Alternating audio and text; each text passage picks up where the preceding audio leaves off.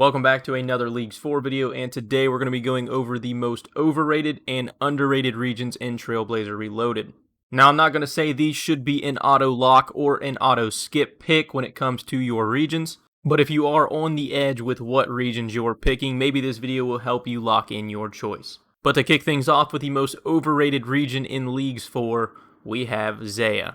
And I think it's partly due to the combination of Zaya not even being included in the original Trailblazer, and then also just being an absolutely massive piece of content in general, making it very much an auto pick to a ton of players in this new league. And I'm not going to sit here and say Zaya is a terrible region in general, because there is a ton of good content in this region, but it definitely shouldn't be considered an auto pick. When it comes to leagues, more content does not necessarily mean more points, considering that all of the regions available in Leagues 4 are set to have roughly the same amount of points and tasks available. Zaya starts to look very much like a trap region.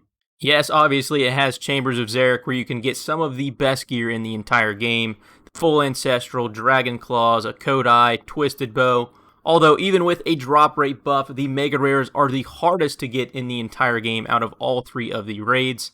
And if you're originally picking this region, I would not bank your strategy at all on pulling a Twisted Bow, because there's still a very real chance that you don't ever end up pulling one. But even with the potential positive that is the raids and the points available there, if that's your favorite type of content, Zaya also comes with a ton of different grinds.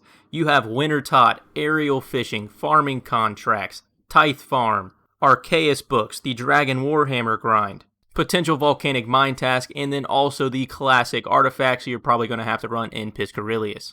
Not to mention in the early game when you haven't unlocked many items and you haven't completed any quest yet, you're going to spend an absolute ton of time running around this region trying to get from place to place.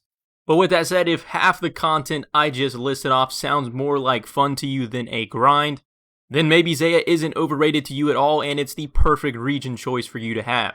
But a lot of people see big area plus lots of content equals auto pick, and then once they're locked in, they realize they have to do hours worth of grinds they absolutely hate, and end up with half the points that they should be getting within the region. Or they quit early because what's the point of spending hours on all of that grinding on a limited time game mode when it's just going to be deleted after a few weeks. But with Zaya being the most overrated region in Leagues 4, the region I believe is the most underrated is the Wilderness. Honestly, I think the Wilderness is sneaky good this league around, depending on the other two regions that you pair it up with. And this obviously depends on what kind of relics we end up getting, because we don't know what kind of game-breaking stuff they're about to implement. But as of right now, the Wildy is arguably the best money-making region.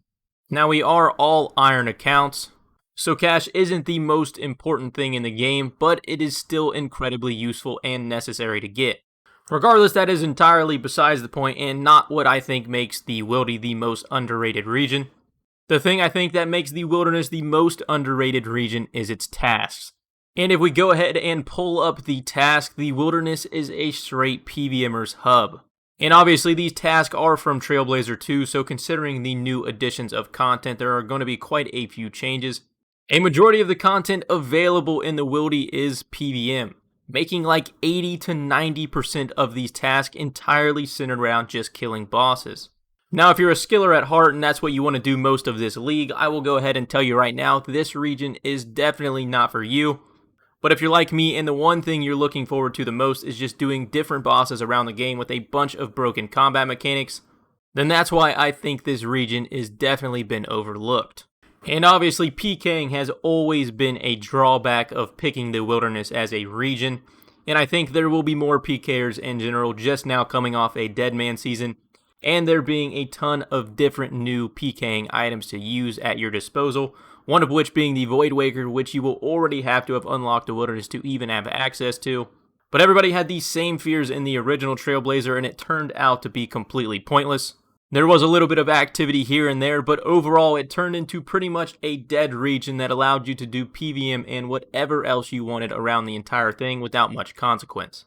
But then to end things off, going along with what I said earlier about the region synergy, if you're not picking a region like Kandarin with all of the powered staffs and the Ibans, the Warp Scepter, and the Trident, the Wilderness becomes a much better early game magic pick.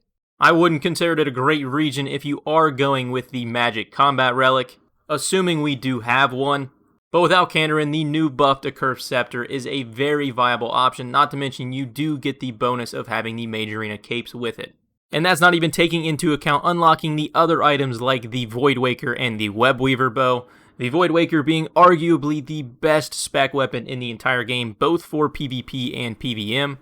And then the Webweaver bow, and if you do pick the range relic within the wilderness, it will absolutely annihilate everything. But it also becomes a viable option to use at other places around the entire game outside of the wilderness, depending on what other range weapons you have available. But with that, those are my picks for the most overrated and underrated regions in Leagues 4 and why. Let me know down in the comments below if I missed anything either for or against either of those arguments for either of those regions. Either way, if you guys did enjoy the video, consider dropping a like. It massively helps me out, and I'll catch you guys in the next one.